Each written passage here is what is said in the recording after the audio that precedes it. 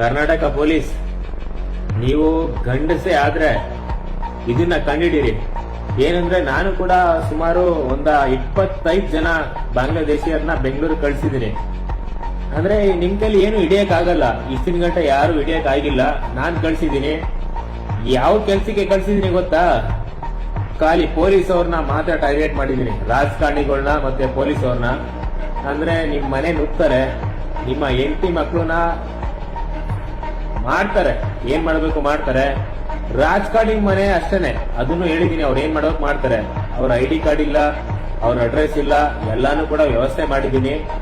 ನಿಮ್ಗೆ ದಮ್ ಇದ್ರೆ ಅವ್ರನ್ನ ಕಂಡಿಡೀರಿ, ಆಮೇಲೆ ನಾನೇ ನನ್ನ ಅಡ್ರೆಸ್. ಕರ್ನಾಟಕ ಪೊಲೀಸ್ಗೆ ನಾನು ನಮಸ್ಕಾರ.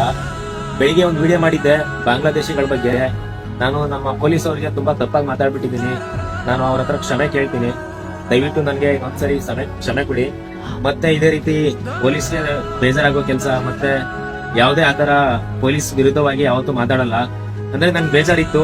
ಏನು ಅಂದ್ರೆ ಬಾಂಗ್ಲಾದೇಶಿಗಳು ತುಂಬಾ ಬೆಂಗಳೂರಿನಲ್ಲಿ ಬರ್ತಿದಾರಲ್ಲ, ಅವ್ರ ಬಗ್ಗೆ ಯಾರು ಕೂಡ ಆಕ್ಷನ್ ತಗೊಂಡು ಅವ್ರನ್ನ ಅವ್ರ ದೇಶಕ್ಕೆ ವಾಪಸ್ ಕಳಿಸ್ತಾ ಇಲ್ಲ ಅಂತ ನನಗೆ ತುಂಬಾ ಬೇಜಾರಿತ್ತು.